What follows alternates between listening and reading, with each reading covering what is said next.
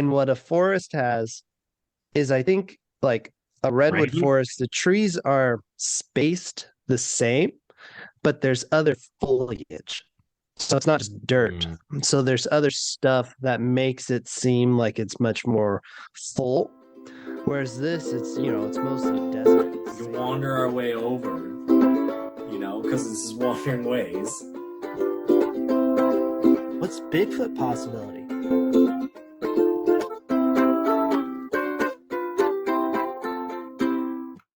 Clink. Blink. What's up? Hello. Welcome.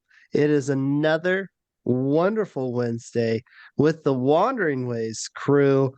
It's your guy, Reverend Marcus, with the other your guy, Ranger Zach.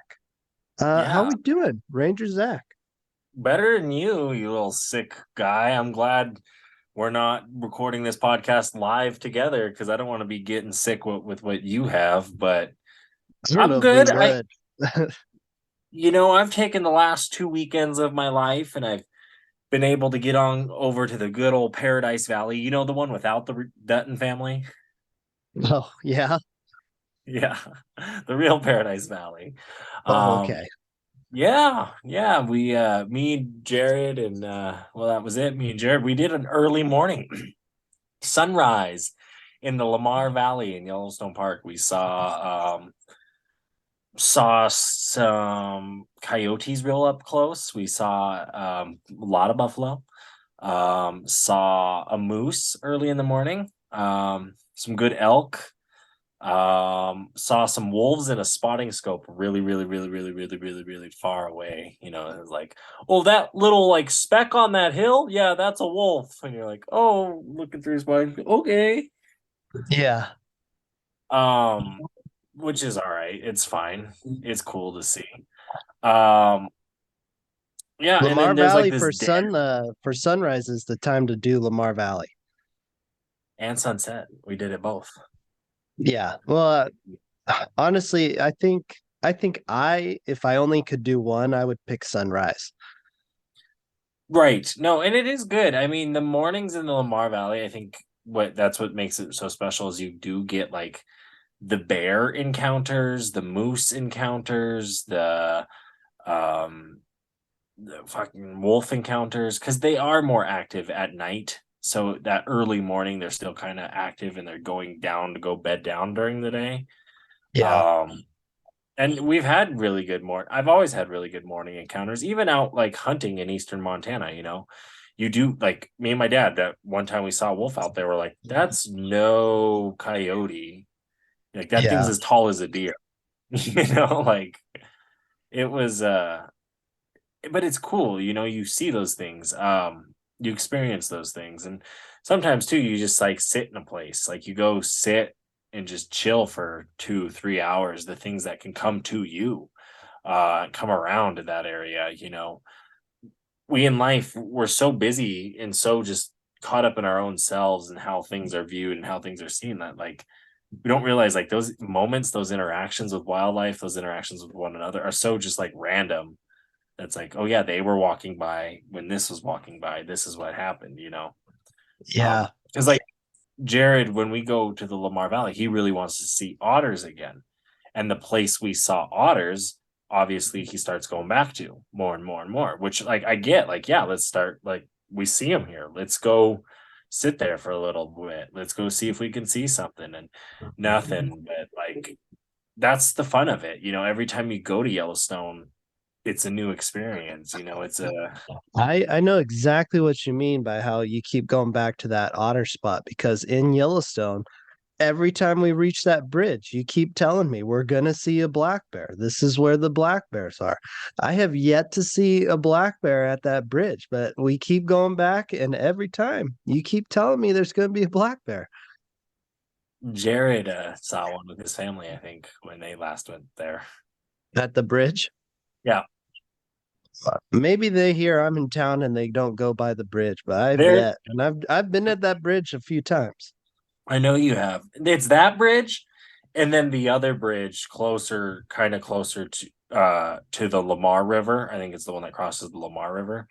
and then you have the one that crosses the Yellowstone there, where there's good bear. And then another good spot I've always seen good for black bear there is by the petrified tree. Hmm. That's a good black bear spot.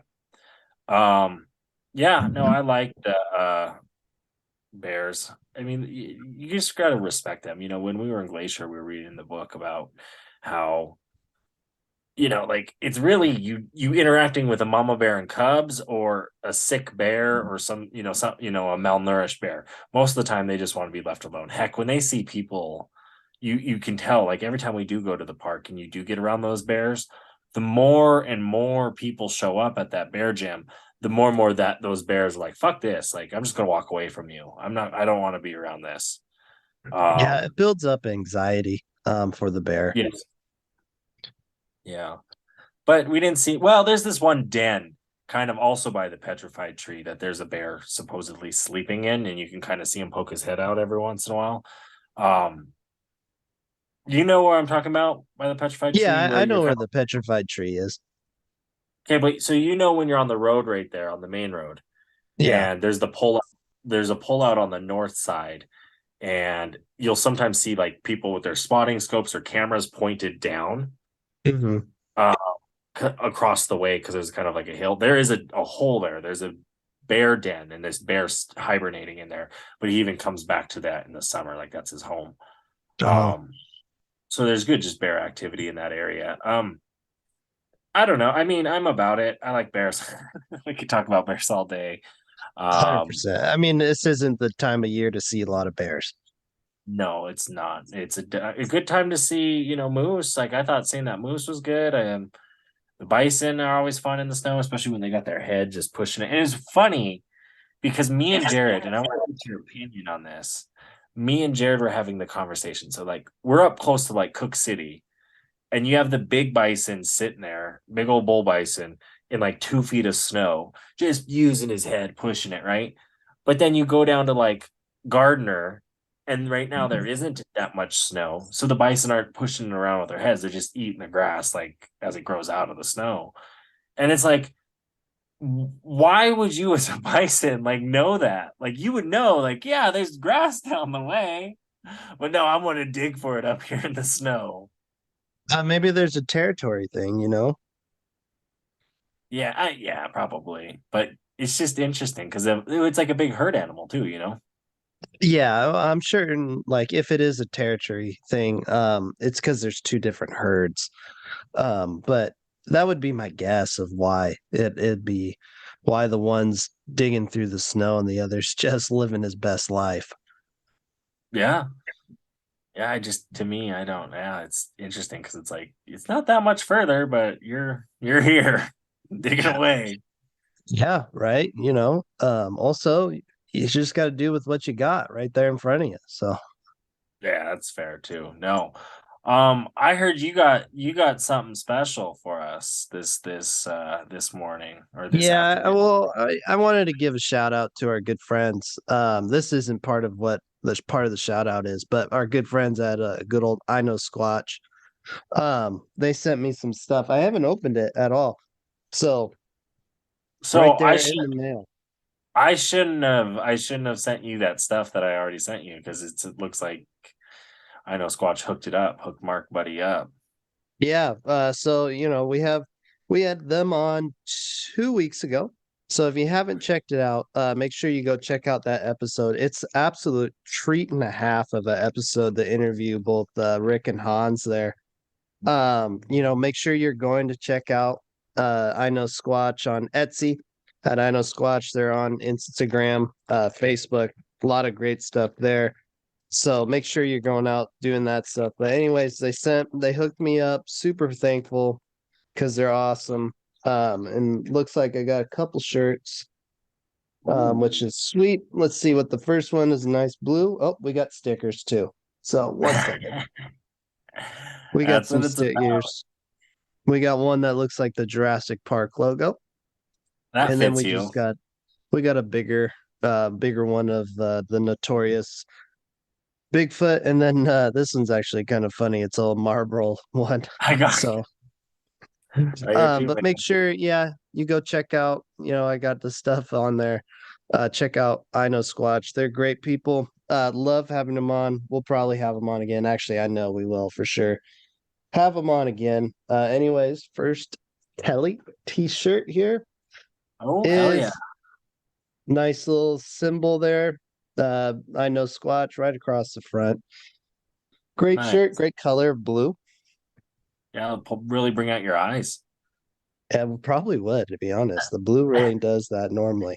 I get that compliment a lot. Really brings out your eyes, Mark. Oh, you And got the then, famous Strider one. Yeah. yep, there we go. He's on the So, skateboard.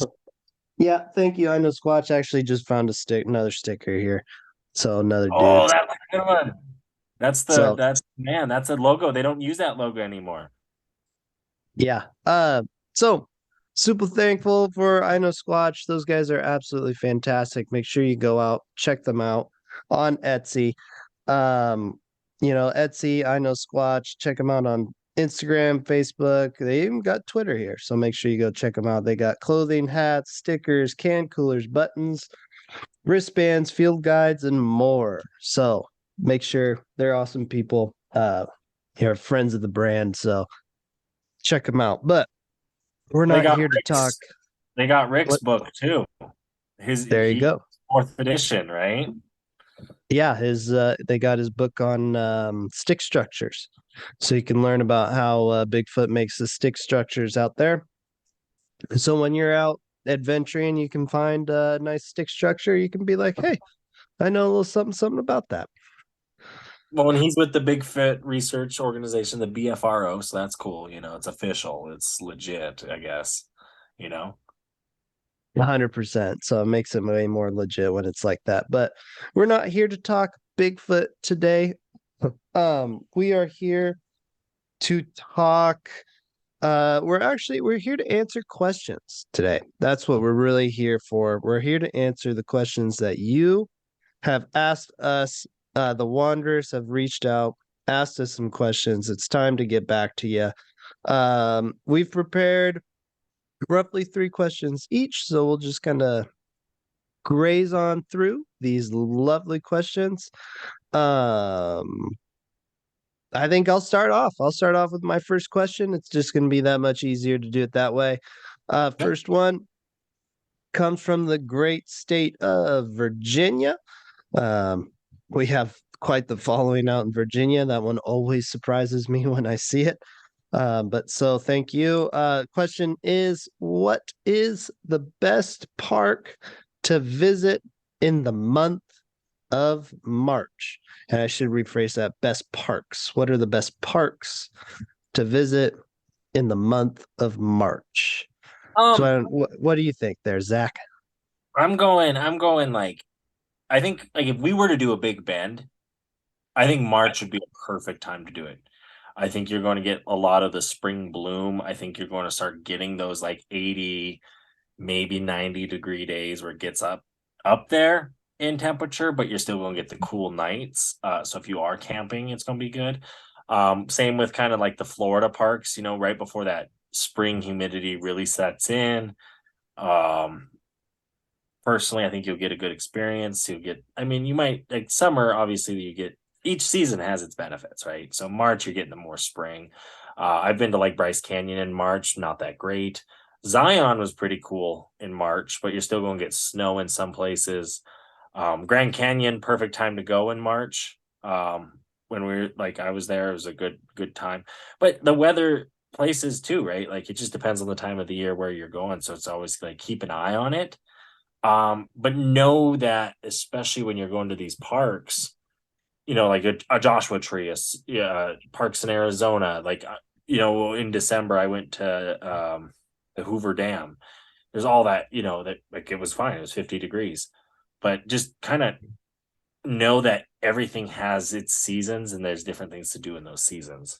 Is kind of what I was trying to say. Yeah, 100%. I didn't think of like a Big Bend for March until you mentioned it, but I think Yeah, that far south, I do actually think that would be a really good time to like go to a Big Bend. A lot of those parks that get kind of like notoriously hot, this might be a really good time to go. So maybe even like a Death Valley, although that could be probably pretty cold, just because of where it's located. But I think it could also be pretty sweet, depending on the rainfall. If it's like this year, there's been a ton of rainfall, so maybe the flowers come out in Death Valley. That's like a once in a lifetime type deal. But when I first heard the question or saw the question, my first thought was like I would go. This is a typical like rain kind of question. So I love the rain. And so it's like I would go somewhere where it's wet and you can see the water really kind of go. So like somewhere where the waterfall. So my thought was like Olympic National Park or something kind of like along those lines. But that's just because I like the wet. And you're saying because that's March, right? Like the Yeah, spring it's in March, runoff. that spring wetness. That'd be the place to do it. Yeah, no, you're going to get that, especially in like your redwoods, those rivers. You're going to get that in the Crater Lakes. You're going to, even in a Yellowstone, possibly depending on the year, however the melt or how much snow they get in the winter. Um, your, yeah, your Rocky Mountain National Park, New Mexico, beautiful, beautiful that time of year. All Yeah, the I don't know, like some of those, like a Yellowstone, a Rocky, I bet there's still too much snow to really get the most out of it. So you want to go like probably like in maybe Acadia. That might be far enough on the coast where it's more damp. Then maybe if you got farther down into like the south in that area, that'd be a good area to go. But I'd try to stay away from where it's like notoriously snowy. Yeah, no, you're not wrong there. But you can get some good runoff in some of those places in the True. spring. Um, yeah, no, Olympic is kind of cool. I mean, me and Matt went to Olympic National Park over Memorial Day, right? Labor Day, Memorial Day, the early Oh, one, that's the first. May. Yeah, Memorial Day. That's when we went. Yeah, You were getting the rivers weren't people were fishing them, but like you could tell, like you go there a couple months before they were pretty high. yeah, It was very green. Because I heard they had a hot summer too up in that area. for Um, sure. I have an interesting question. Okay. And I saw this one. This one doesn't come from our viewers. Our viewers, if you do have a question for us, please shoot us an email at wanderingwayspodcast@gmail.com. WANDERINGWAYSPODCAST@gmail.com. And you can send us that question you have. But this one was one I was kind of browsing some news articles and I came across this and I really wanted to get your opinion. I really wanted to ask this question. So Teddy Roosevelt National Park, okay? That's the one in North Dakota. They got, kind of the Badlands of North Dakota. They're going to remove the wild horses, or there's talk of removing the wild horses from this national park. What are your thoughts on like Oh, removing wild horses from like a park like that? um, I don't know. It's kind of a loaded question on just getting like removing the wild horses. Um, because initially I want to know what kind of impact they have kind of on that ecosystem. What are the pros and cons of kind of eliminating them? Are they providing any cons currently? Are they not providing or any pros? Are they providing a con to it? So I don't necessarily have a really good answer for that right now. If I'm going off of the quick hitter, you know, if they are truly native to the area, I would have to say I'm not a fan of getting rid of the wild horses because they've been there. They're part of that ecosystem. They have a reason for being there. If they are like not part of, they're not naturally there, not natively there, I'd say, yeah, go ahead, get rid of them because they've created something. And sometimes it's addition by subtraction. So I don't necessarily have a great answer for you right now, just because I don't have all of the information. I didn't even know there were wild horses up there. Well, I have the information right here, and I'll read it to you here, because we do have wild horses even here in Montana. And when it comes to wild horses too, they aren't native, right? They're horses come from Spain, natively, I believe, and they were introduced by the Spanish here in Americas, right? Like the Comanche and tribes like that in the uh Shoshone out in the west. They were the first tribes to actually get horses from the Spanish, and they were known for their large number of horses and trading them. So it became part of the Plains culture, the native Plains culture, but it wasn't introduced until really the Spanish had touch with the Americans. But so Sarah Oak Coleman, North Dakota's tourism director, said her office is preparing to comment on the proposed removal of the horses. We're looking into the proposals and evaluating any visitor data or social media engagements we've had on the horses at Theodore Roosevelt National Park in order to determine what comments we will provide prior to the January 31st deadline, she said. Mike Nowatzki, a spokesperson for Governor Doug Bergman, said the governor had no immediate comment, but that could change after the park holds a public meeting on January 12th. Cami Carpenter, spokeswoman for Senator John Hoeven, Republican North Dakota, said Senator Hoeven encourages interested North Dakotans to share their views on the livestock management plan with the National Park Service during the public comment period, which closes on January 31st. It is important for the national parks to take into consideration the comments received and work with local stakeholders throughout the development of a new plan. Senator Kevin Kramer, Republican, also encouraged constituents to make their voices heard. I encourage all to participate in public comment period for Teddy Roosevelt National Park livestock management plan to address populations of the horse and longhorn steer in the park, he said in a statement. So right. Yeah, I mean that's they just basically it's not right here. It says I support Theodore Roosevelt's National Parks Management Plan, he said in a statement they have done the research and will make the best decision based on science so future generations can enjoy the park. These are tough decisions, but emotion can't outweigh what is best for long-term sustainability. So it sounds like that's what's supporting the removal. Yeah, it sounds like Roosevelt himself, go ahead. I was going to say, it sounds like there's some sort of impact that they're doing to the park itself. So in that standpoint, I am in favor of getting rid of the horses. Right. And the argument to keep them essentially is Roosevelt himself commented frequently on seeing wild horses wandering the range, stray ranch stock, or American Indian ponies that got loose.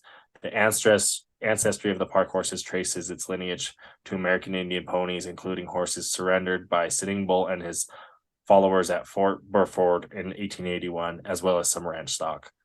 The wild horses have been a fixture of the park since inception in 1947. But for 3 decades, the Park Service tried to remove the herd, conducting periodic roundups using helicopters and riders on horseback. So they started that in the 60s. Okay. So, and they've maintained it since 1978 from anywhere from 35 to 60, but right now it's up to 200, and they say about 150 for good health. Yeah, I'm kind of for getting rid of them. They're not native to it. There's obviously some sort of impact that's going to have a long-term effect.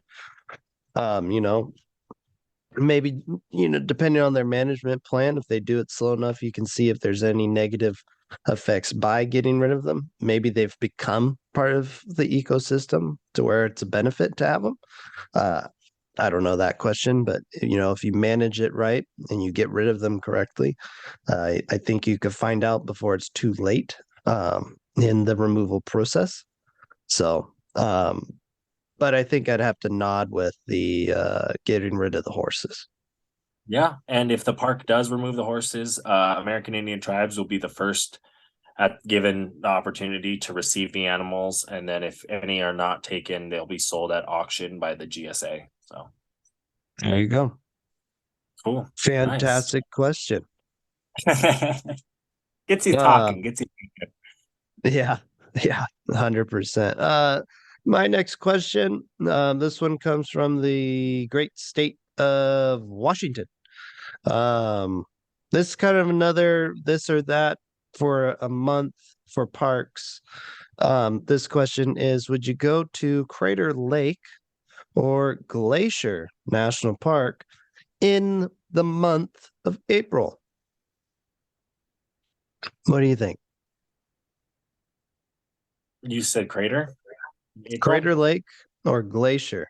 I think it's actually a fascinating question because the two parks are kind of very different. I would say, I mean, Glacier, you're not going to get the Glacier experience in April. I mean, you might get up to Lake McDonald. You might even be open to get to the Avalanche Lake campground area, maybe do that Avalanche Lake hike. But there's going to be a lot of snow in that area, I assume. You're not going to be able to going sun. You're not going to be able to do like really much on the east side. Like Two Medicine will probably be closed. It might open up, but normally I think that's more May. I think they start opening up in May. Um, Manny Glacier might be open that time, but the hiking trails are going to have a lot of snow. April, you're also on Spring Bear. So you got a lot of bears out and no activity. I mean, there'll be stuff to do around Glacier in the forests. Um, if you're just down there to camp and just take in the spring air, yeah. Crater, kind of the same thing because you're at really high elevations. You're still going to be dealing with snow. Yeah, yeah, And I mean, 100%. you've been to That's what's fascinating about it is, you know, both parks are limited this time of year usually. I would say Glacier's probably more limited than Crater Lake. So, you know, while you can still do the West Rim Drive there in Crater, you know, you're not doing the full rim. You can still go to the Mazama village. You can go up to the village there at the rim, so you can get those. You're going to get great views of the lake, you know, especially if there's snow. You're going to get fantastic views of the lake regardless if you go when it's a bunch of snow or not. So, you know, I think because of how limited Glacier is, I would probably lean more towards Crater, just because you're going to be able to do more. There's some solid snowshoeing in that area that time of year. I know snowmobiling's kind of big around there. So, you know, Crater would get my vote for April. But it's honestly kind of tough because they're both limited that time of year, that time of year. yeah, no, I get what you're saying and agree that like you're not going to get, I think, the a true full experience of those parks during that time. You're going to have the like to experience Crater, you either have to go in the winter or summer, I feel like. Because you're going to get like that true Crater feeling where it's like in the fall and spring, you're getting that kind of like, oh, it's kind of good weather, kind of bad. It's not that great to do anything. Where like the summer, you have a better chance of sunny days. In the winter, you have a chance of snow. So the snow activities that the park has to offer. Whereas like Glacier, you don't really have the winter activities as much as like a park like Crater has. I mean, there's still activities to do in like Kalispell and places around there. Like you could go snowmobiling and whatnot, but like as the park as a whole, there's not a whole lot to do in the winter. But your spring things start opening up. But Glacier, I mean, Glacier really doesn't open up to me until July. Yeah. Like you can't really do like the full Glacier spectrum till July. Yeah, 100%. And I that's think so. and that's why you go to Glacier. You go for the summer like spectacular. Oh, wow, look at that. You know, that's my thought. No, I think you're kind of on point there. Glacier doesn't fully open up until end of June into July. And you want to go, you want to see Glacier for what Glacier is. You go early, late June, early July, you're still probably going to get snow. So, I mean, you're still going to get that aspect of it. You're going to be able to do more. You may even still be limited when you get there at those time of One of year. the So, one of the questions I had actually from one of my, I have a few, I have like five. But one of the questions was last 2 weeks of June visiting Glacier, is that a good time? And then are vehicle reservations needed? I think vehicle reservations are going to be from basically Memorial Day to Labor Day in that park. You're going to have them to do Going to the yeah, Sun. That's just going to be, again, like we're talking last 2 weeks of June, even that, like we've been there this year. What it was July 6th, July 5th. We were in the park. We were not able to, no one, the Going to Sun Road wasn't open yet. It didn't open up till the 12th, the 10th of yeah, July this year. So, which we learned a fun fact that they actually put the guardrail up every year yeah, because every of year. avalanches and rock, which makes sense. You're paying for it regardless. You're going to have to fix it, so might as well reuse it. Yeah, But 100%.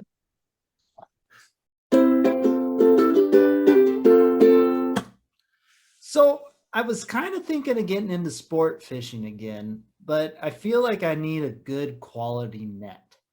well, you know what, Reverend, I got the key solution for you. Our friends at Blue Ribbon Net make this eco-friendly aquafade bag, so you're not hurting the environment. It's 100% biodegradable. Plus, the wood is locally sourced and it is also biodegradable, and it's just such a great company to use. The Blue Ribbon Nets, they're here in Bozeman, Montana, and we even have a discount code.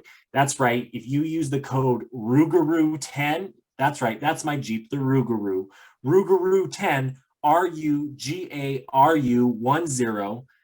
You're going to get some discount on a Blue Ribbon net. You can get the long one if you're fishing the big fish, or you can get just a good river one, if you're like me and just want to catch a lot of fish. So again, make sure you go check out Blue Ribbon and use the promo code Rougarou10. Hey there, Reverend. I heard that you might be running dry on your sticker supplier. Yeah, I've been looking around and I've kind of like run out of cool stickers to buy and put on water bottles and stuff. Well, I mean, have you seen the stuff Josh has been coming out with lately? No, I have not. Well, he is doing some really cool stuff with the Shop LS 574. Yes, they're working with indigenous communities and making some really cool stickers. He has a really cool Buffalo Mountain sticker. There's even water bottles, hats, sweatshirts, the whole swag. And we even got a discount code for you guys. Yes, if you use Wandering Ways at Shop LS 574, you're going to be getting a discount on your next purchase. But not only that, you're going to be giving a percentage of that sale to the Little Shell Tribe, as well as they donate $1 of every sale to murdered and missing Indigenous women. So just such a cool thing going on there. You use the code Wandering Ways, WANDERING WAYS, and you put that in there, boom, you're getting a discount.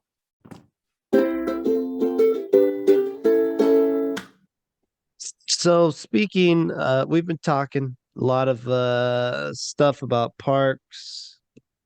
Should we get rid of horses? A lot of things, which is a lot of cool shit out there. And so it's time for my favorite segment, cool shit in nature. So I'm gonna Shit. pull up. I've got two as per the use for this week. This one is actually pretty cool. So it's next to a lake or I don't know if it's a lake, but it's next to a giant body of water, and the water will splash up onto the bridge and ice it very, very much, which is very, very cool to see. Yeah, but that's that gross that's like that brown ice. You know what I mean? Like that's when Oh, that shit starts 100%. to melt. Ugh, ugh. Yeah, Ruin. I mean, it's gross ice, but I mean, like I'm they also show curious. the video or What's the that on the beach? I think it's a gate that it's like a bridge you can normally like walk across. No, are those birds? Oh, down below, yeah, there's some ducks. No. I'm over here looking at the ducks. This guy's like Yeah. gate.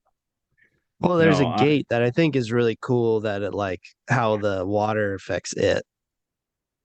no, that is cool. I mean, it is really cool how like it just eats it up. But Yeah. that's that when that starts melting, that slush. Ugh, no, No. thank you. Yeah. It says Ontario. Yeah, yeah. So I think it's up in Canada, but man, this Port would be Stanley. it'd be a wild one to see for sure. Second one, it's just a funny bear. Um, Oh trying to get yeah. some bird feeder.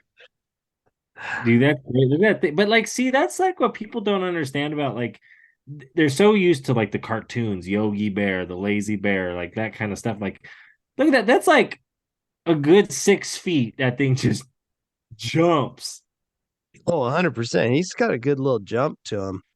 Yeah, And then he grabs that pole really well. He just falls. yeah, because he probably use normally when they jump from tree to tree like that, or whenever they do that, it's like he can latch on. That's metal. He can't latch those claws on the metal. Well, it's a bird feeder, so it's probably trying to be squirrel proof as well. So it's Right. probably on that pole very, very slick of some sort. So, the squirrels probably can't get it either. So, that bear is being awfully ambitious. There's some good food in that though, if you're trying that hard. Oh, 100%.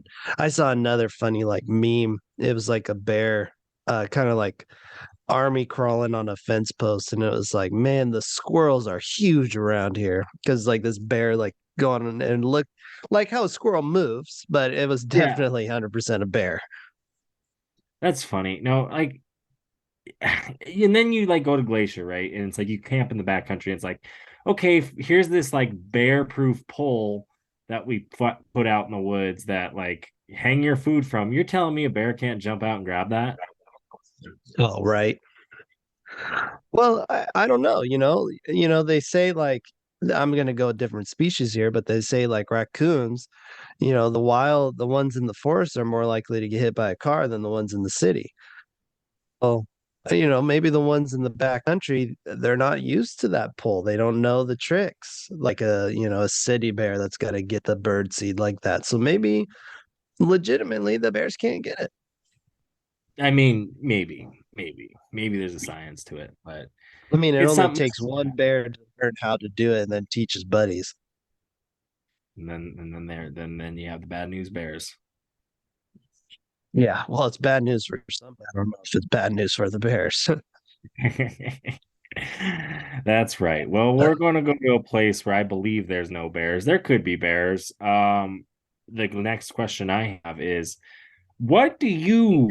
I'm going to ask the Reverend because you've been there. What do you recommend doing for one day, one single day in good old Joshua Tree? Actually, ironically, I was just talking to someone who spent their winter break in Joshua Tree. And they're a rock climber. And so, if you're a rock climber, Joshua Tree is a pretty sweet spot. She was telling me about, if you're familiar with the rock climbing culture, they call it like dirt culture. And it's not like a negative connotation. That's just kind of what they call it because it's just people that typically will live out of the vans and kind of drive to climbing spot to climbing spot. They picked up the nickname dirtbags. And she said they're in Joshua Tree. The climbing is like it's all hours in the winter. So if you're a climber, right there, then and there, I would do that in Joshua Tree if you had a day. If you are not a climber, I'll tell you what I did because I spent a day in Joshua Tree. Woke up early and I did the drive through the park. And I ended up making like 4 stops.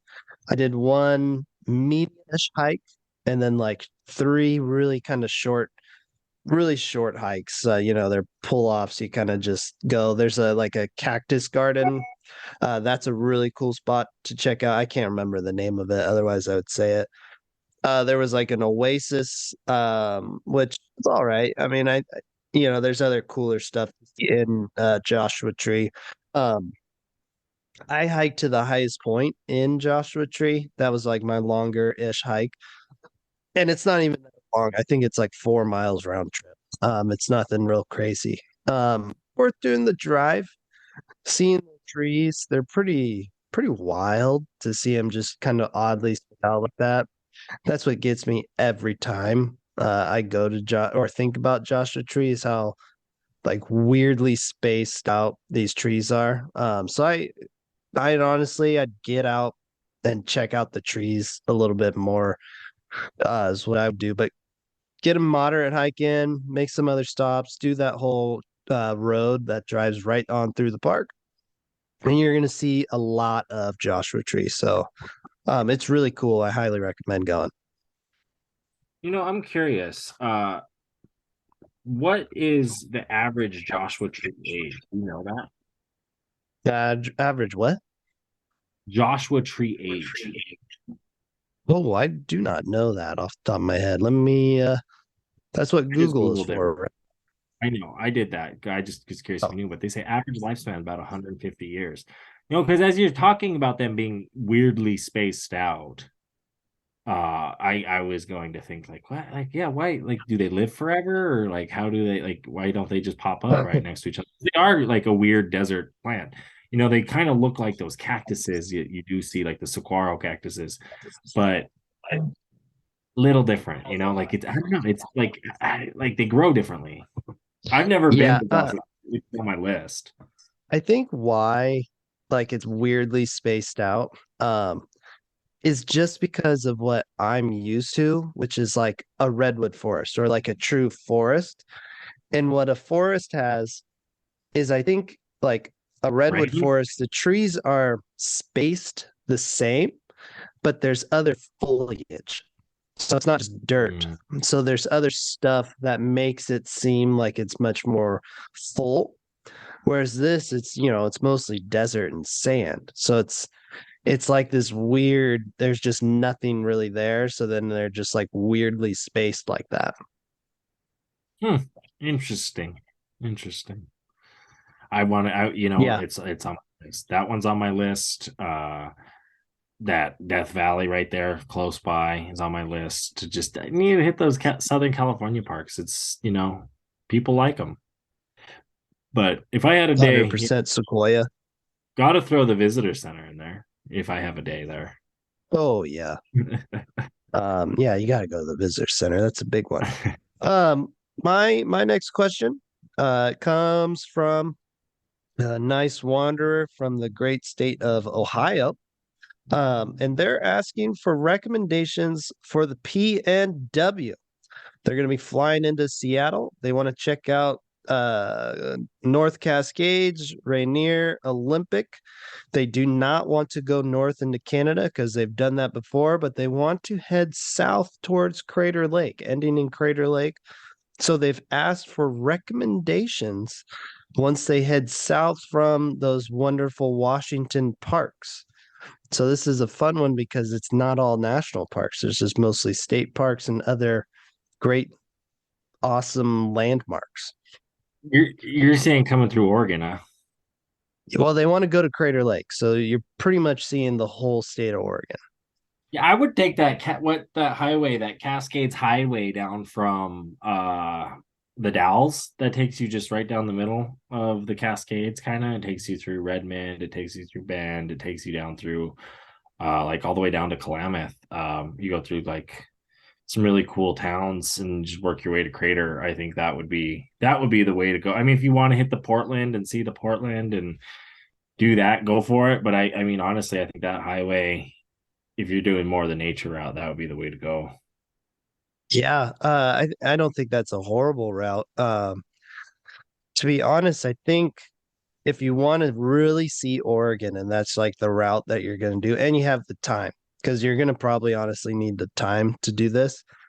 I would make Olympic your last stop for the Washington parks.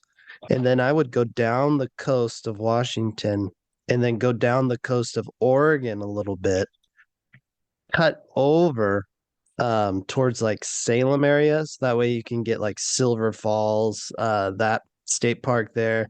And then even go down to Eugene and cut over the McKenzie River Highway. Yeah.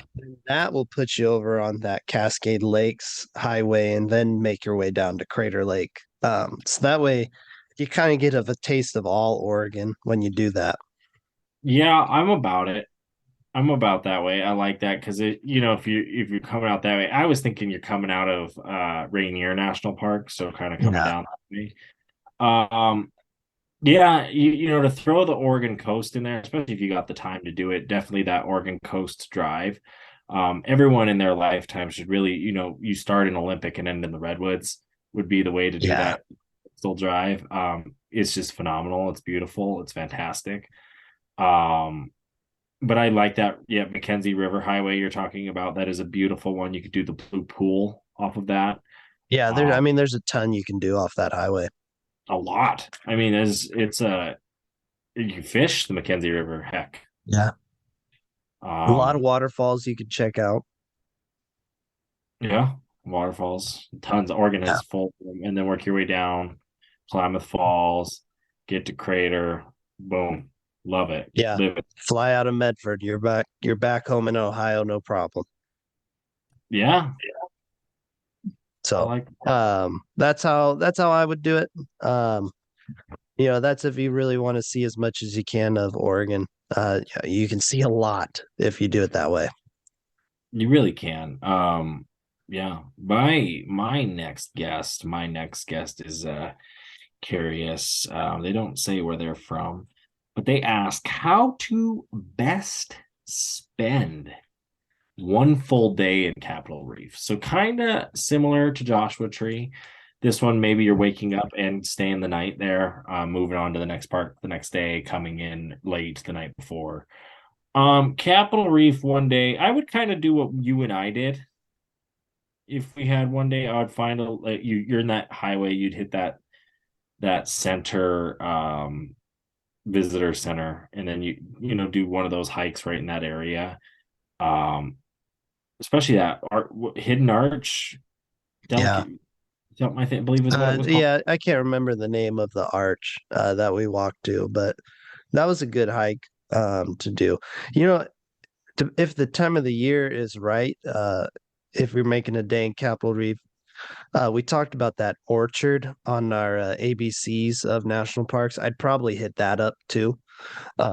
So I probably would add that into a day just because I mean it would be kind of cool to go have an apple or something, some sort of fruit in the park.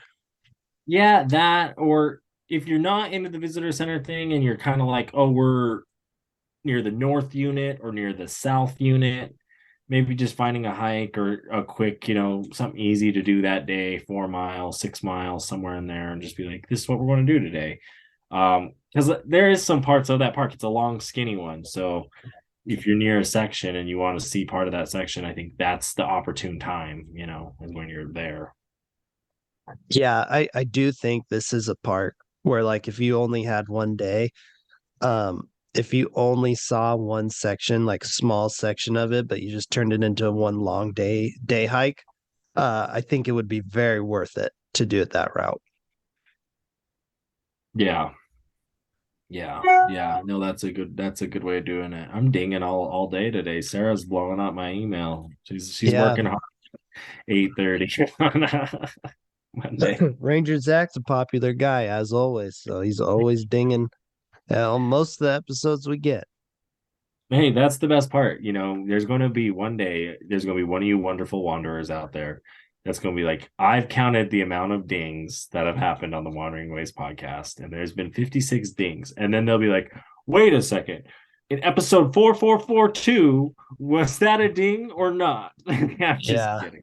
No. You can play along. Make a drinking game to the Wandering Ways podcast. Whatever keeps you entertained, keeps us entertained, and you shoot us an email, shoot us a text, shoot us an Instagram shout out.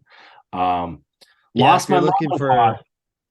oh, you lost your monopod? So yeah, well, it's my fault. I had my tripod and monopod on the back of the Jeep up on top, and I drove off. They fell off. And this was all in town. I drove home and I was like, I can't find this tripod. I'm thinking it was on top, like starting to like go through, got in my Honda, drove the neighborhood, found the tripod on the road, couldn't find the monopods, but it has 2 Wandering Ways stickers. So if you're out there, Oh, there you go. find it. There you go. No, I was going to give a recommendation if you make a drinking game to the podcast. The dings would be a good one. And then anytime I say 100%. 100%. Yeah, because I say it a lot. Or clink. You can drink when we clink at the very beginning of each episode. Yeah, just start your day off. You just clink with us, have a little drink. So, that those would be the recommendations for the drinking game if you do that. If you choose to drink while you watch the Wandering Ways podcast, which you do you when it comes to that. um yeah. So anyways, we're kind of at our time limit today. We're running out of time here. So I guess it's kind of good. We're talking about drinking. It's the end of the day. So we're gonna move on into our final words. So final words, my guy. Well, real quick, I got one last question. Lassen National Park, first week of April, 9 days, bring in a bike. They like the snow. They're tent campers. Is that the wrong time of year? Yes. All right. That's all we need to know. I went in June once and half of the park was closed because of snow. So if you want to see most of the park, I don't even think you could bike it. I want to bike Lassen this summer, but I think you got to wait for the whole park to be open, and I don't think it will be open in April. Yeah, June it is. Yeah. Now, final words, my guy. We're here. I got one shout out to our friends at Oxtio. I say their name wrong. I call them Oxtio. Lights, LED lights. They hook up the Rougarou. They send us lights. We got LED brake lights. Already installed one set. This set goes on the other light. They got the reverse lights, got the fog lights. They even got a discount code, 15% off if you want 15% off some LED lights for your car. And honestly, they're bright as shit. So I like them a lot. And you use the code Rougarou, RUGARU. You'll get 15% off Oxtio lights. Or just shoot me a message. We'll get you hooked up. They're good. I like them a lot. But with that being said, my guy, my final words, go ask the questions. Go find the answers to the questions you seek. If you want to know what it's like in a day in Joshua Tree, go find out. If you want to know what it's like for a day in Capitol Reef, go find out. Go be the expert. Go do a day there, and then you can give the advice. You can share the advice because we got to keep adventuring and exploring, folks. All right, Reverend, up to you. I'm not surprised that you like really bright lights. That one doesn't surprise me at all. But anyways, Reverend's final words of wisdom. Just gonna say, thank you, everybody. Stay beautiful. Can't thank you enough for sticking all the way through the episode, like you guys all do. So it's super awesome. Sorry for the raspy voice today. I probably sound like I've been a smoker for like 40 years. That's just because I'm on the tail end of a real bad sickness. Put me down and out for the count this last weekend. I don't think I moved like much at all. But anyways, get out there. Hopefully feeling better this weekend so I can go out, do something. It's supposed to be nice weather. It's supposed to be cold, but it's supposed to be real nice. So I'm hoping to get out, do something. Been fortunate, not this last weekend because I was out, but the weekend before I got out. Wasn't the greatest, but I still got out. Which is all that matters. But that being said, peace out, everybody. Bye.